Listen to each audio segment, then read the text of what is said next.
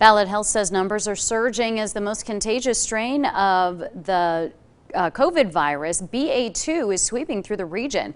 The chief infection prevention officer for Ballad told News Channel 11 her team was working 20 to 30 cases a day just a few months ago. Now that number is between 200 and 300 across the system's sites. That number doesn't include the tests people are taking at home. Ansley Daniel now joins us in the studio tonight. Ansley, what should people be doing as of right now?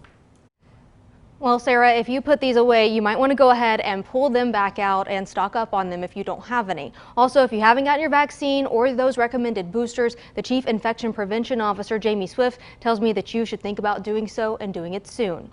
Across the system, there are 124 inpatients with COVID-19. 25 of those people are in ICU and 10 of those people are on ventilators. Swift says that the BA strain is one of the most contagious yet, and there's a misconception about it, though, being mild across the board.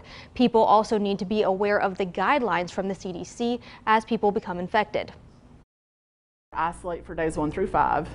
If your symptoms are improving, if you're fever-free, you can return to life, work, all of those things on day 6, as long as you mask when you're around people. And I think that's where we're missing some of those guidelines.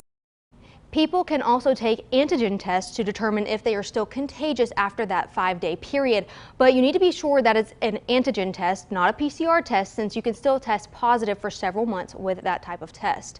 Now, there is a concern for an even larger surge as schools head back across the next few weeks, but Swift says that getting your kids vaccinated as they get their shots for school is a good idea, and to have a conversation with them about good hygiene as they go back to class.